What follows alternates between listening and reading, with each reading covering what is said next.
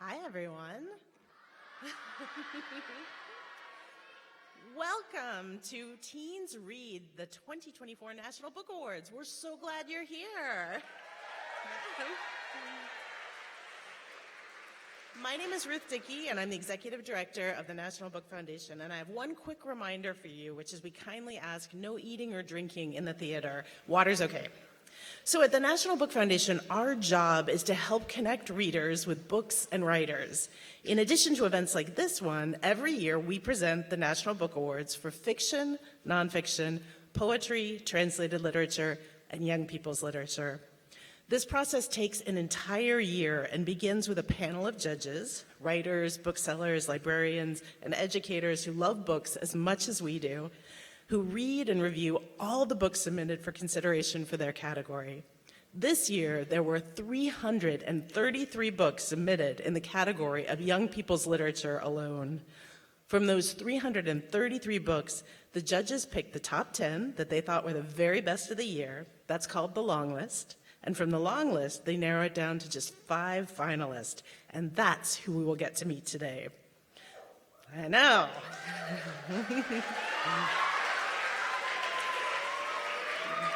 Tomorrow evening is the 75th National Book Award ceremony, which some people call the Oscars for books. You are all invited to tune in live at nationalbook.org/awards at 8 p.m., and we hope you do.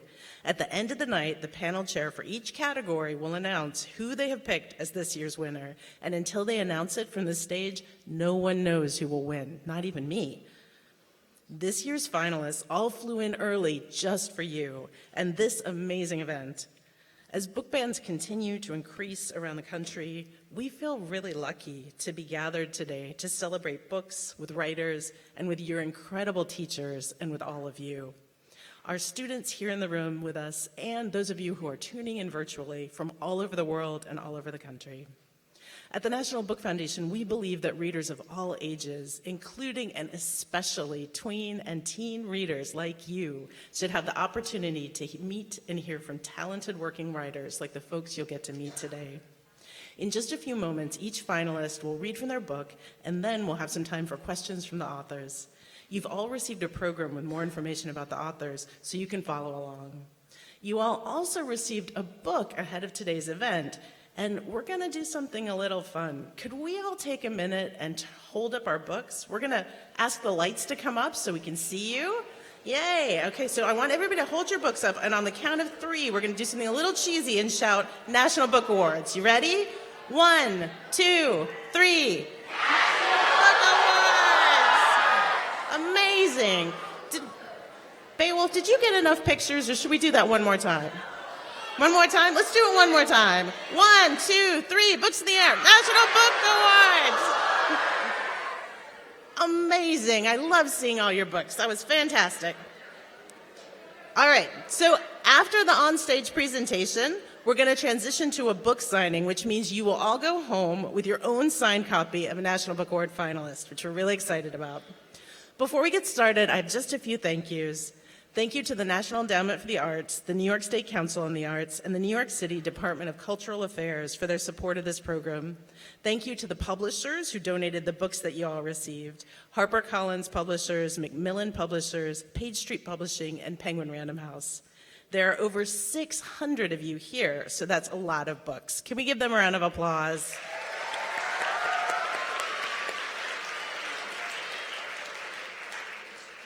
I want to thank the staff and volunteers at the National Book Foundation for their help on the event, especially Juliana Lee Marino, Emily Levitt, Ricarda Meisel, and Natalie Green.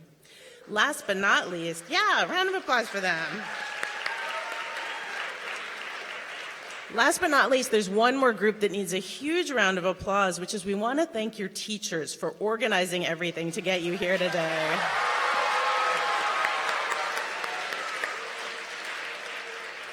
They came to our offices after hours and on school holidays to pick up your books and carry them home in tote bags and even suitcases to give to all of you at school. So we're so grateful for the teachers.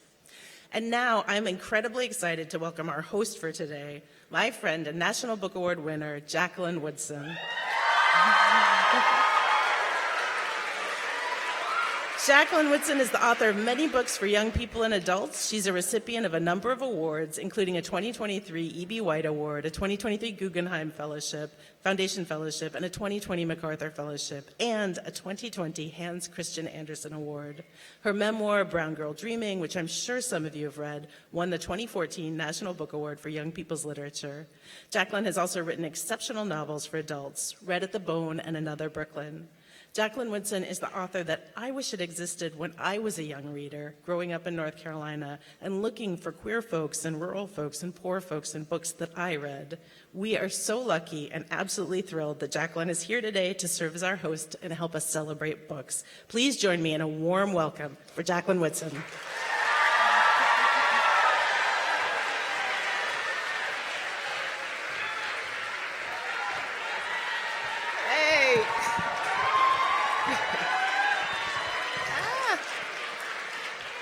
Good morning. It's so cool to be here.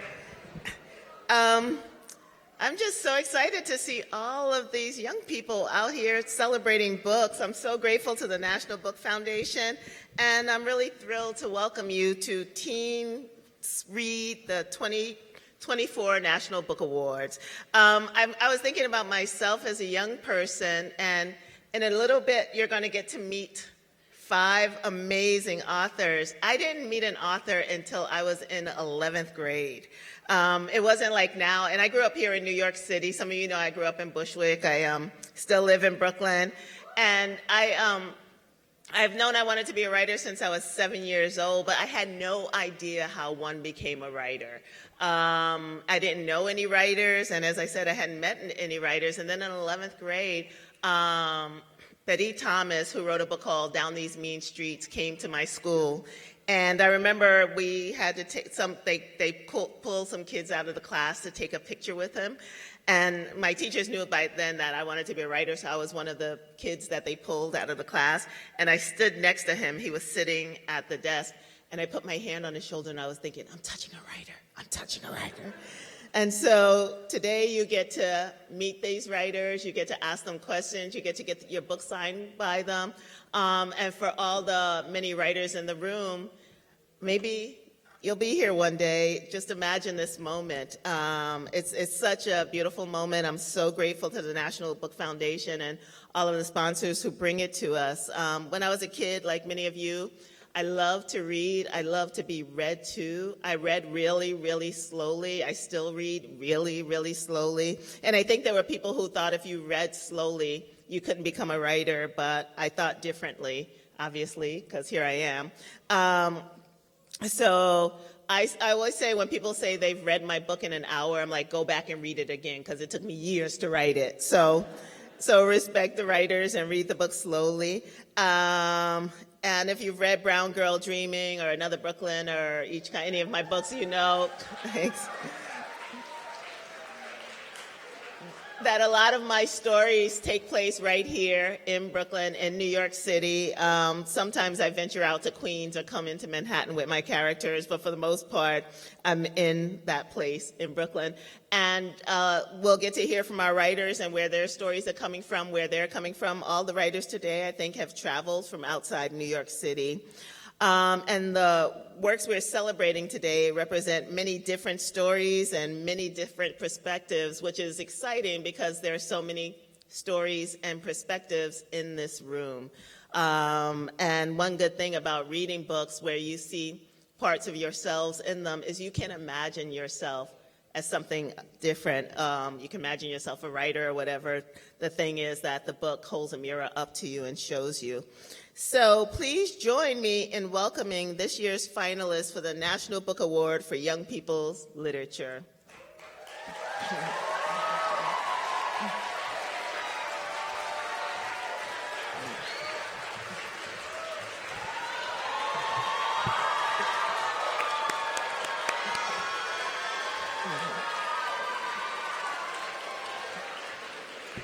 I'm going to introduce each one of them to you, and then I'll leave the stage so they can do their thing.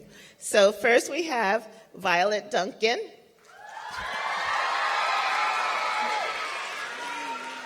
Violet Duncan is a National Book Award finalist for her novel, Buffalo Dreamer. Violet is Plains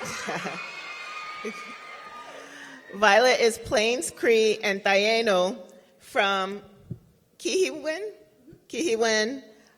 Cree Nation. She is an author, a storyteller, an educator, a dancer, and once appeared as a fancy dancer in Nellie, how do you say her last name? Furtado. Am I the only one who doesn't know how to pronounce her name? Nellie Furtado's music video. That's awesome. Buffalo Dreamer has been called compelling yet heartbreaking and essential reading for all young people. Thanks, Violet. And next, we can clap for Violet.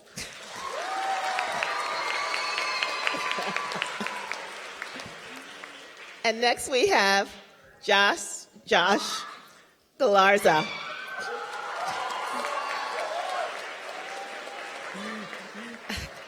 Josh is a National Book Award finalist for his debut novel, The Great Cool Ranch Dorito in the Sky.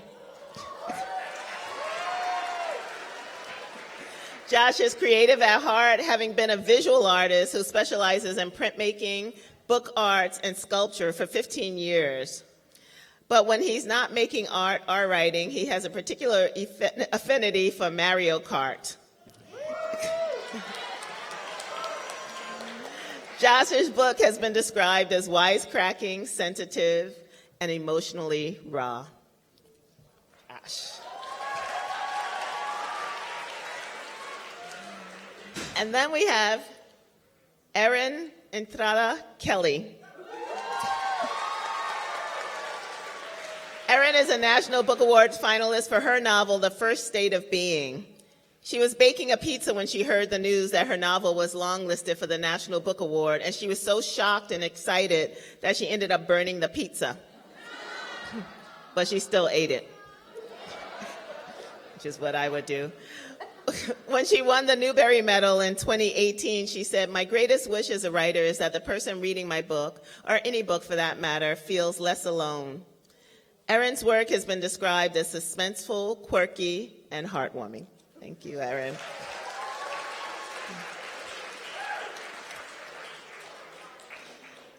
And then we have Shifa Safadi.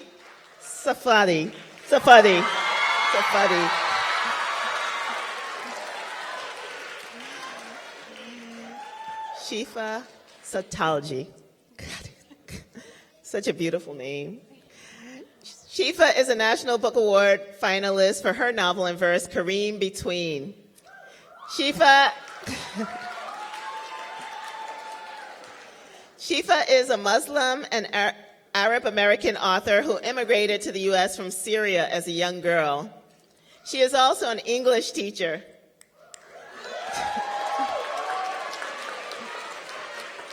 To middle school students, and loves spending her time helping kids develop a love of reading and writing.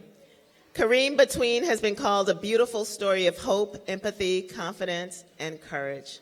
Thanks, Shifa. And finally, we have Angela Shante.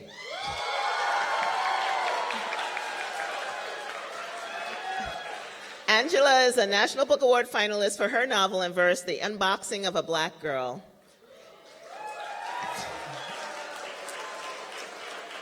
Angela grew up right here in New York City, but now lives in California with her dog, Blue.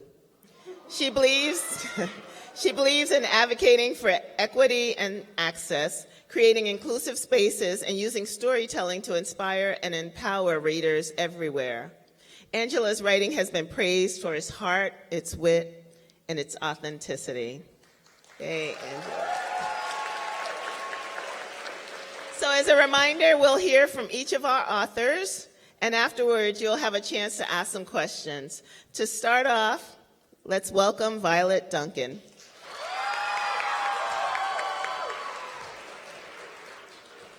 I'd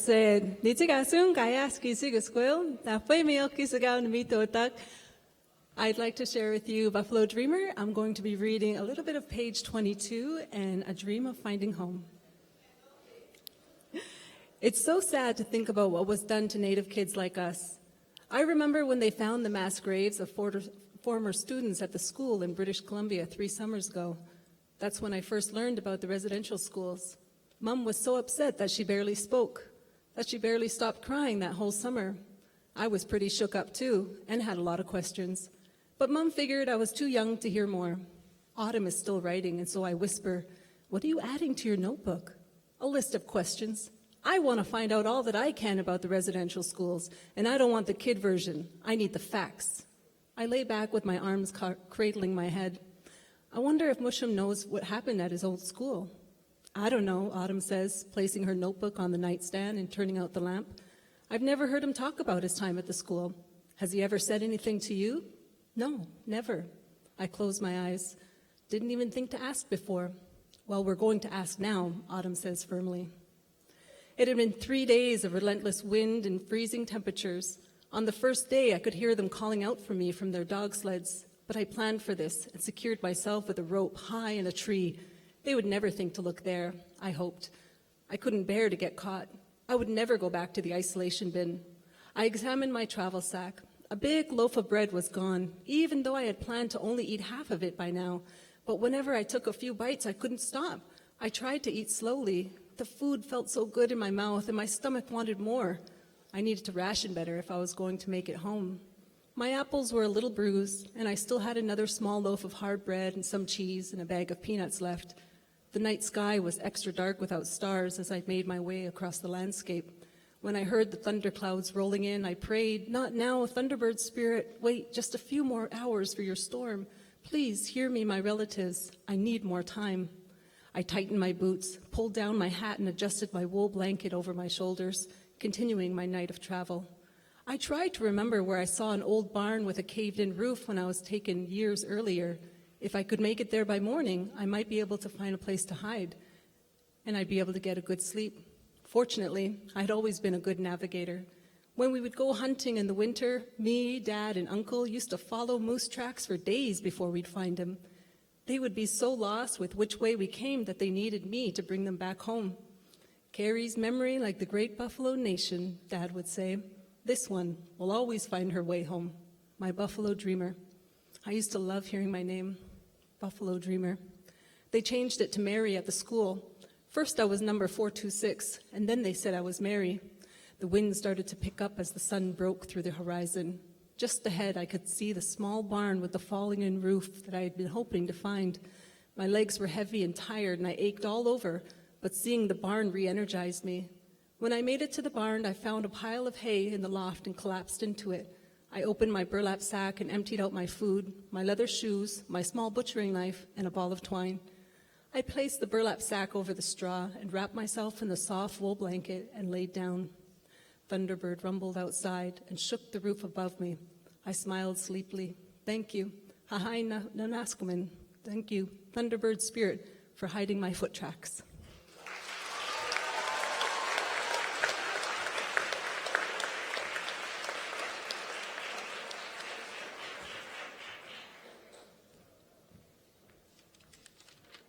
Hello, everyone. Thanks so much for having me. It's an honor to read for you today. I'm reading from chapter 5 of my book, wherein the protagonist, Brett, and his best buddy, Reed, have broken into the school library after hours, and we're going to find out why. In the stillness, the soft thud of the library doors resonates like the airlock of a vault. No turning back now. The air carries the faint scent of glue, not quite sour, but musty, and I remember why I avoid the library in the daylight. Reed drops and unzips the duffel. He grabs a stack of issue 2 of Kid Condor, Cadet First Class of the Constellation Corps. He passes several copies my way. We've got 100 copies, fresh off Office Depot's presses. He fishes out 2 small flashlights, twists them on, and passes one to me. "Kill it," he whispers. Then he's bounding past the study carrels and the hangout couches toward the back of the library, where the periodicals are displayed. I head straight for the teen vampire and teen zombie and teen post-apocalyptic warrior books, ignoring the dusty stacks loaded with biology or anatomy texts, the type of books that might include a detailed breakdown of the periodic table of the elements. I avoid anything that explores the motivating factors behind the Cold War or women's suffrage. There's an art to covert comic booking. Judicious placement means a higher likelihood that the issue will be discovered. I hold my flashlight between my teeth and yank the new Percy Jackson adventure from the shelf. I slide an issue between its pages. I wander into the graphic novels and reach for a Heartstopper and an Invincible. I hide at least a couple issues in the encyclopedias to be discovered by some nerd 30 years from now, but for the most part, I plant in fertile soil. I move on to the classics. I'm about to slide an issue between the pages of Where the Red Fern Grows, right at that messed up part with the axe, when suddenly I'm sucking in a stunned breath, clamping my eyes shut against a blinding light. My heart pummels my ribs. All right, fellas, come out nice and slow. This is the gravel type of voice usually employed by the Golden Age pro wrestlers Reed and I binge watch on YouTube. Did they hire a new security guy? I drop to the floor and crawl behind the end of the bookshelf. I hear a crash from Reed's corner of the library. A felled magazine rack? Pounding footsteps. The library goes black again. Reed must have given the fuzz the slip and made it back to the light switches at the main entrance.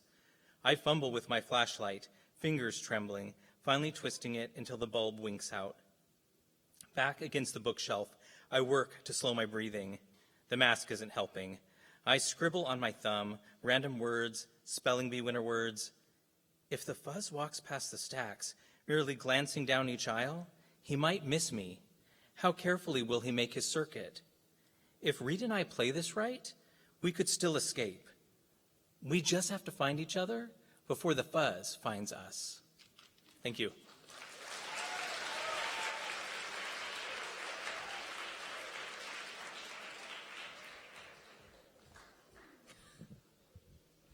Always have to lower the microphone. It's very humbling.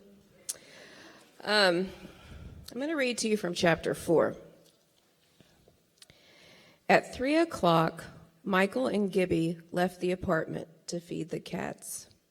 They weren't supposed to.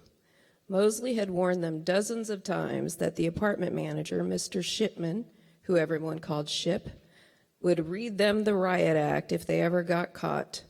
But Michael couldn't stand the thought of the cats going hungry. Cats never go hungry, Mosley had said. They're survivors. But Michael would lie awake at night, imagining each and every one of them, perhaps some he'd never even seen, wandering the world alone. In his imagination, they were always sad, hungry, meowing into the darkness, waiting for someone to notice them. He couldn't sleep sometimes because of it. So they fed the cats. It wasn't a gourmet meal or anything, just cheap stuff in pull-tab tins from Dollar General. Better than nothing, though. They had a routine. Michael put fresh tins under the bushes in front of buildings N, M, and L, and collected the empties in an extra plastic bag while Gibby tagged along. They had moved on to building L when Michael decided to tell a small lie. I might go out for sports this year, he said. He reached behind a bush, retrieved the can they'd set out last week, and tossed it into the bag. Maybe football. Football? Yeah, Michael said, wiping his hands on his jeans. He didn't like the look she was giving him, even though it was the same look he'd give himself if he was in her shoes. Why, you don't think I'd be good at football? He pulled the lid off a can of Best Feast. It's not that, she said. It just doesn't seem like your thing. A question immediately sprang to Michael's mind. What do you think my thing is, then? But he didn't ask. He wasn't sure he wanted to know the answer. Instead, he set the Best Feast in its spot and said, "It could be. My dad is an athlete, you know, or he was. Maybe he still is. He played basketball for Villanova." "Just because your dad is an athlete doesn't mean you have to be," Gibby said. She gathered her hair in a ponytail and secured it with a blue scrunchie. "I know," Michael said. "So why do you want to do it then?" Michael shrugged with one shoulder. A squirrel darted into their path. "I don't know," he said. But he did know. If he played football, people might like him. Girls, even girls like Gibby. No one had ever liked him before. Not like that. Not like anything, really. Thank you.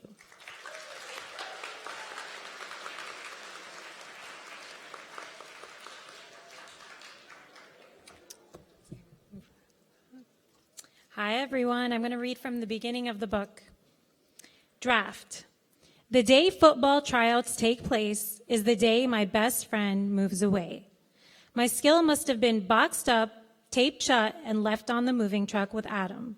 Because my throws fall instead of soar, my tongue tangles out bad plays, and I'm sacked to the turf before I can scramble. My possibility of playing quarterback tumbles out of reach, just like my football. Snorts and snickers surround me as I sit down on the bench. Jersey. I decide to wear my Bears jersey the day the roster posts. Number 34, Sweetness. Because even if Walter Payton was running back and I want to be QB, he was the best player ever, helping the Bears reach the highest victory, Super Bowl 20. Maybe if I look like I belong on the field, I'll get picked to join my middle school football team. In the Quran, it says you're supposed to say Insha'Allah if you want something to happen. I say Insha'Allah 1,000 times before I get to school. Team. I run my finger down the roster, but my name's not there. A heavy sensation of disappointment weighs me down like defeat. Like the Bears almost every game they played preseason, I stink of loss. I stumble back from the list of players and get the urge to tear the jersey off my phony back. Even Sweetness can't help me. Austin strides forward. He stops at the roster, barely giving it a glance before letting out a smug smile and sauntering down the school hall. He's surrounded by the cheers of friends, teammates, students, while I stand alone. Prepare to play. The day of the first school game, the team marches down the halls together, loud with laughter, matching jerseys filling their faces with triumph, applause around them as they prepare to play, while I flatten my body against the lockers, moving out of their way. All I can think is, if I was on the team, I wouldn't be invisible. Stadium. It seems like everyone in Chesterton comes to the first game. The silver and red colors of our Bulldogs streaked on hundreds of faces. Wide smiles, spirits high, arms waving, loud voices in the stands, chanting the school spirit song, the barely fall breeze of September flowing around us. It takes only one quarter for everyone to realize our team isn't going to win. Austin's tosses fall shorter, coaches' yells get louder, and the number of fans in the stands gets smaller. I feel like I'm rewatching last Sunday's game, rewatching Jay Cutler get sacked 5 times, rewatching Bears fans leaving to avoid seeing a game end so low it crushes us to the ground. And you got to read more if you want to see what happens.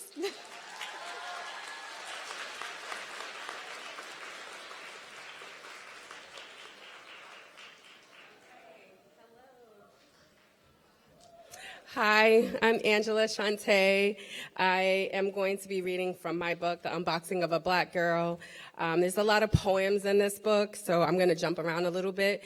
But since you guys are from New York, I feel like you know the next line to this first poem. So let me see. Allow me to reintroduce myself. Okay, let's go. All right, let's go. All right, allow me to reintroduce myself. I was a meek girl, out of place in my neighborhood, too soft for the sharp edges that outline my world, and New York City will eat you whole. But I grew and learned from the women who, brown-faced like mine, were going and coming, leading and following, were healed and processing, wounded and unlearning how to be girls and women at the same time. In a world hell-bent on shoving them, you, us, into a box. The boxes we see predate us. Boy, girl, binary thinking for a binary world. Ill-fitting boxes, this or that, manufactured boxes designed to protect, to shield, to control, binary boxes for a binary world. When we're young, these are the boxes that we see and we swallow because children are supposed to be seen and not heard. So we fold and bend, shift and break to fit into them. Boxes wrapped in religion, in patriarchy, and capitalism, and hate. Boxes that help us survive a jagged edge world. Inherited. We inherited these boxes from elders who ripen too soon, like bruised, strange fruit swaying from poplar trees. But we inherited these gifts, these hands, these words, these curves from elders who ripen too soon, like bruised, strange fruit swaying from poplar trees. And we inherited this moment, this style, this movement, this freedom from elders who ripen too soon. Don't cry, I'm sorry. Like bruised, strange fruit swaying from poplar trees.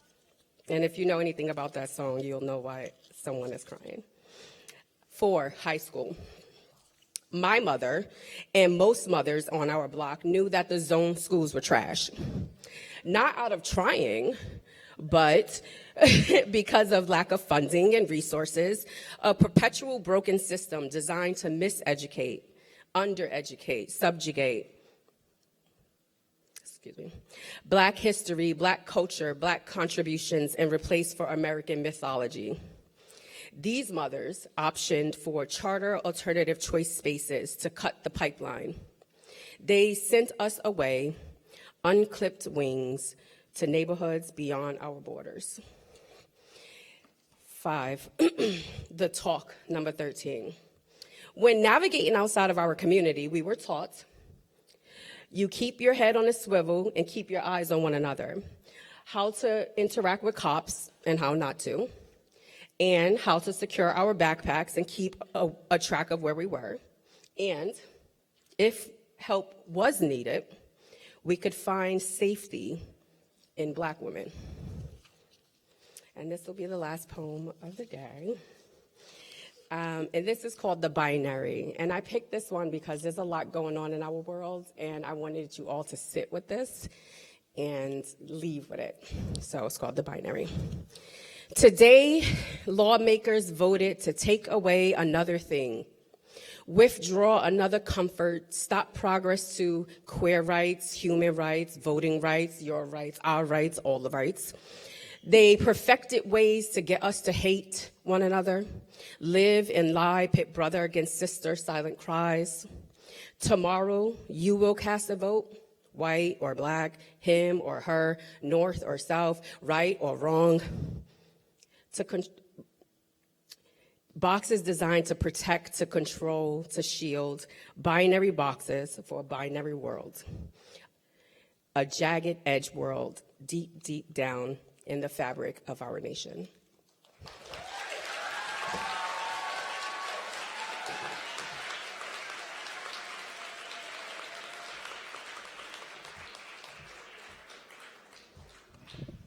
Can we have another hand for our 5 finalists?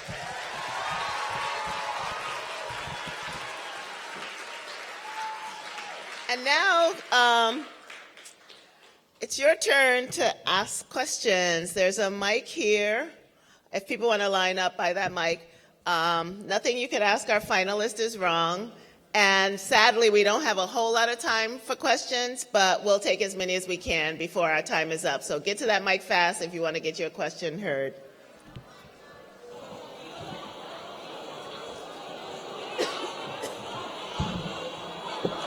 Sorry, we're going to go back.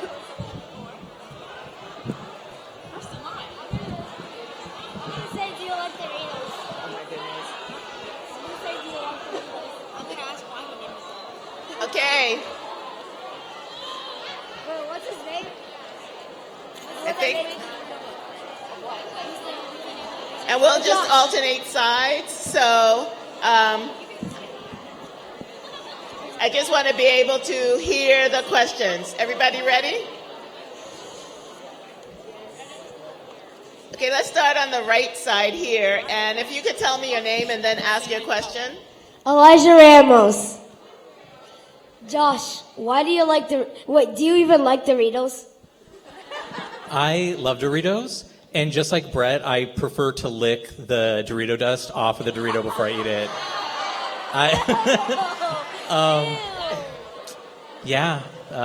Gives me cosmic powers. Thanks, Josh. And we'll go to the left. Hi, my name is Chloe D'Amico, and I have a question for Aaron. Did you plan like the connections between the past and the present as you were writing the book, or like before or after? I planned it as I was writing the book. So usually when I write a book, I kind of know where it's going and what the beginning and the middle and the end are going to look like. So before I started writing, yes. Thank you. Thank you. Josh, why did you name the book The Blue Cool Ranch Dorito in the Sky? Yeah. Because I would lie out on my trampoline in the backyard staring at the stars, and I didn't know any names of constellations or whatever, but I kept seeing this giant triangle above my head, which I now know is the summer triangle, and I was like, that's a Dorito. Look at all that Dorito dust, those lesser stars and throughout it, you know? So the mythology started there, just me stargazing. Thank you.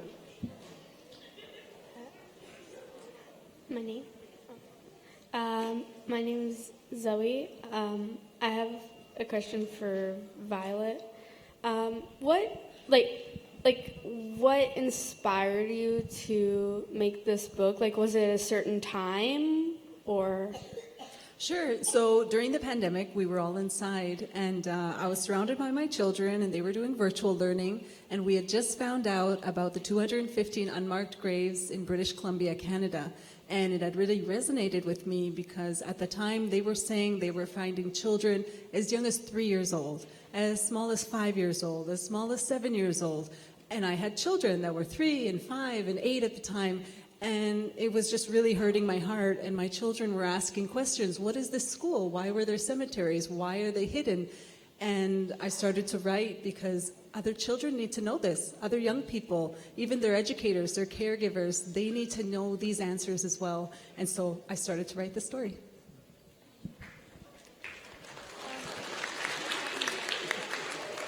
I'm Alex. I was wondering, could all of you just go around and say who you think will win?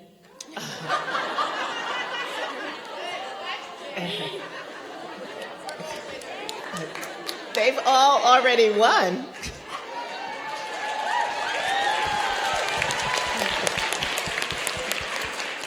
They get huge medals tomorrow. It's fabulous.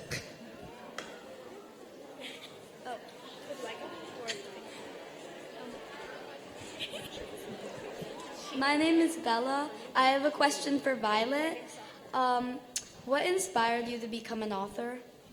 I have always been writing. Ever since I was in kindergarten, I would write these silly short stories. My very first story I wrote was for my stuffy called Twinkle, and Twinkle was very mischievous, but they would try to sneak around, but their twinkling would always give them away. And I remember we did that story on a big thing, and I forgot about it. My parents still have it. And so I love writing stories, I love telling stories, and when I go back home, I'm going to have all the stories of the big city of New York City to my children, so I love writing. I'm Sasha, and I have a question for Shifa. What inspired you to make the book, the writing work with what you're talking about, like the writing and the letters separate or going down and up and zigzag? What inspired you to do that? I love your question. So the book is in verse, right? Mm-hmm. And with verse, as you said, the words do fall in the beginning when I was reading, you see it fall, and then when it soars, you see the letters soar. It inspired me I was inspired to write this way because I really wanted kids to love reading.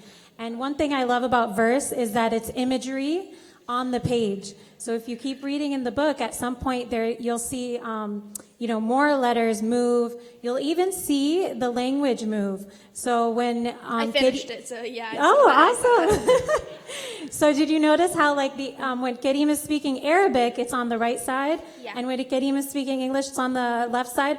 I thought that was also a good visual way to show how the languages move, because Arabic is from right to left, and English is from left to right. So I really loved how I could show more messages to the kids that are reading this book, and where you can feel like you're in the book and you can experience it and see the images, and it makes it a little more fun too, don't you think? Yeah.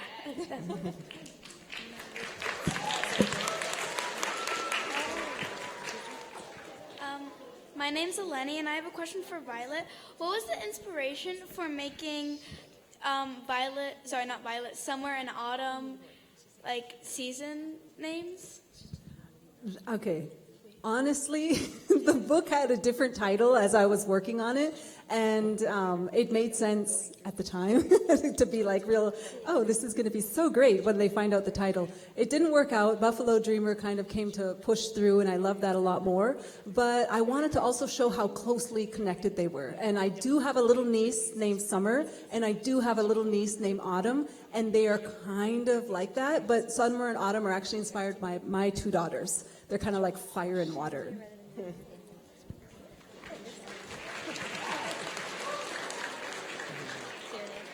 Hi, I'm Hannah, and I'm Leah, and we had a question for Angela. So, when you were younger, did you want to be a writer while you were going through these experiences? Yeah, I think I always wanted to be a writer. I used to do poetry. My first poem was published in high school, so I always wanted to be a writer. But I think when I was growing up, creative jobs weren't something that a lot of people saw a career in. So I was pushed to do something in college that would make money. And so it was like, I'm going to be a teacher because then I could still just write and read all day. So I always wanted to be a writer, yes. And I love writing at an early age. So I didn't know that these poems were happening at the time because these didn't get written until I was in college.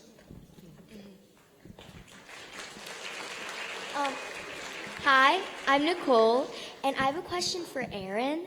So, in the book, it mentions how one of the main characters are a babysitter and how she's really good friends with Michael, who's the boy in the book. And I was wondering, what made you think to make it a babysitter? Because a lot of times you see it's a best friend or in a relationship or a parent or a close sibling or something, but you made it a babysitter. What made you think to have that type of connection between the two characters? That's a great question. So I'm trying to think of what my thought process was, but I knew that I wanted Michael to have a crush on someone and to be in love with someone. And I knew it wouldn't be a peer because he doesn't really have any friends who are peers. So I thought, who would a 12-year-old boy have a crush on? And maybe his really pretty, smart, and sweet babysitter. So that's where Gibby came to be. Okay, thank you so much. You're welcome. Hi, I'm Claire. I have a question for Shifa. What inspired you to write a book about football? Thank you for this question. So, Kareem is really obsessed with football, and it's all he thinks about all the time. And it's inspired by my son. My 13-year-old son is obsessed with football, and that's all he thinks about all the time. So I had a lot of material, and I wanted to give him a book where he looks into it and he sees himself in it. And he just really, really was helpful, too, with the research part of it, because he could tell me all the football facts.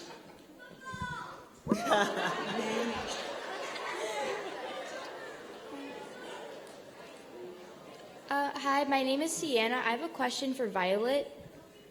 I just wanted to know, what is your favorite part of writing a book, and what's the joy you get out of it? So when I write, I just kind of write. I have a paper and a pen, and I'm just writing and writing and writing like crazy. And I think it's during that moment of insanity when the idea is coming and I'm writing it at the same time. And you don't want to catch me because sometimes I'm crying or sometimes I'm really angry depending on what I'm writing. And so one time I was driving to Santa Fe, it takes 8 hours. I wasn't driving, I was passenger. And I'm crying and writing, and my husband is like, "Are you okay?" And I'm like, "I'm not finished this paragraph yet. Ask me later." And so I think that moment of really feeling the writing is my very favorite part. Thank you.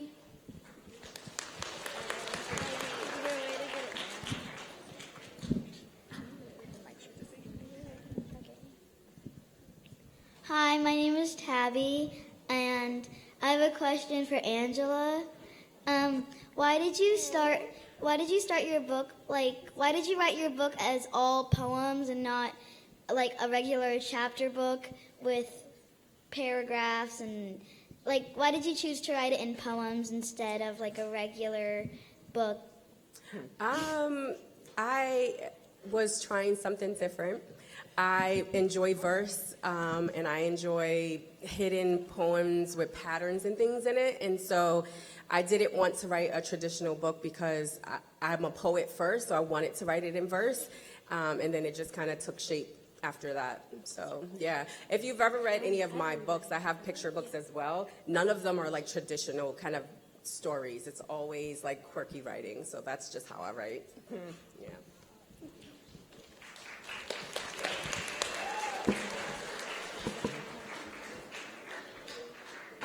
My name is Annalise, and this question is for anyone who wants to answer.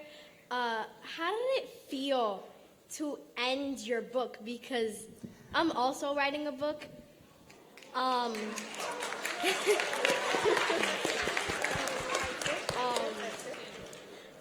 also writing a book, and I know that it can't last forever because there's things that you want to write and that, there's role plays and stuff like that with your friends. That lasts forever, but a book can't last forever. So how did it feel to end it, to know that it was final? Have you ever had like a really good cry? Like I'm talking snot, nose, huffing. When that's over, you feel this release. That's kind of how, to me, it feels writing a book, especially something that's so personal. It feels like there's a weight kind of left. It feels like, okay, this is the end. And you get that feeling. So for me, that's kind of how I know when it's over. And that's how I feel when I'm finished writing a book. I'll say really quickly that I get really happy when I finish a book because by the time I'm done with the book, I already have about 10 other ideas of books I want to write. So when I finish one book, that means I can start writing the next book. And I'll just add that for me, I felt this incredible relief because I loved this protagonist. He was the first protagonist I've ever written that I really, really loved and cared for. And I wanted to see him through his struggles. And so to get there was like, it was the greatest gift I'd given myself, right? To get to see him succeed in the way that he does.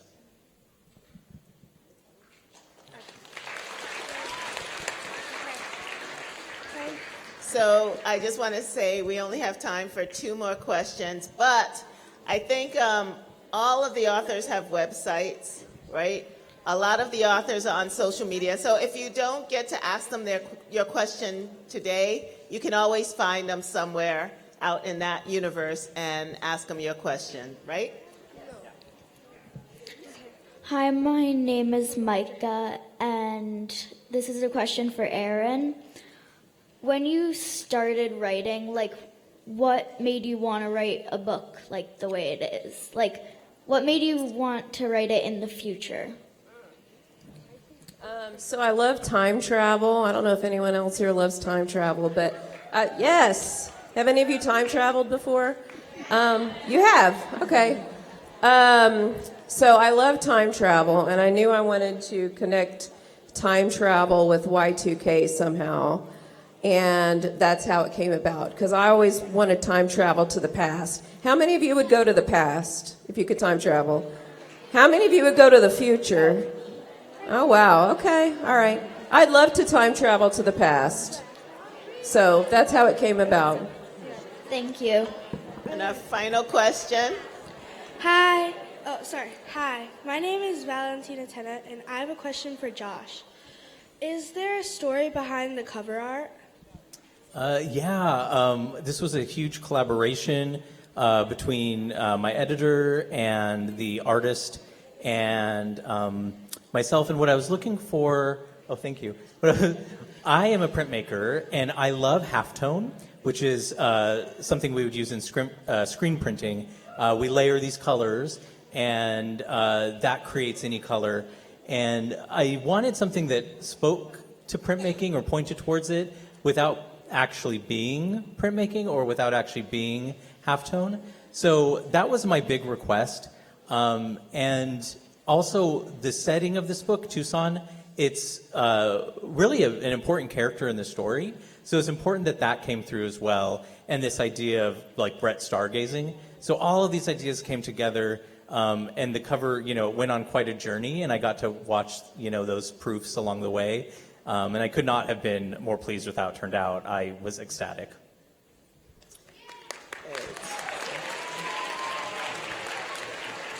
For those of you who got to ask questions, thanks so much. Thanks so much to all of you for showing up. For those of you who still have questions, you know how to find them. And now I'm going to hand it back over to the National Book Foundation, who will give you directions on getting your book signed. Thank you. And have a great morning. And let's thank these 5 talented authors again.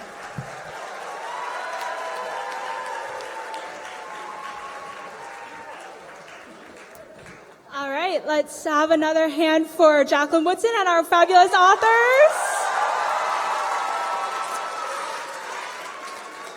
Okay, so in just a moment, we're going to get all of your books signed. I'm going to excuse our authors for just a moment. So if you want to take a picture with all 5 of them on stage, now is your option time. If you guys want to stand up. Yeah, smush. Excellent, thank you. All right. And then, do you guys want to do a selfie?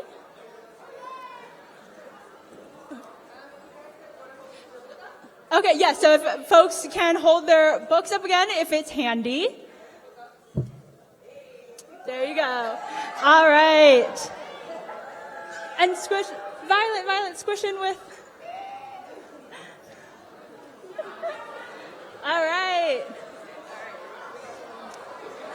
All right, thank you. So now you guys can head back to the green room. And everyone, please be patient. We will reset the stage. We're going to have some authors sitting on stage to sign their books there. You will see them again. And some authors will be at the back of the house behind the seat. Feel that our cells are vibrating too. So what else can music do but recognize itself in us as it moves on through? I wonder if it uses us as a muse, if it ahs and oohs like humans do, if it hears the beauty in you. Like ooh.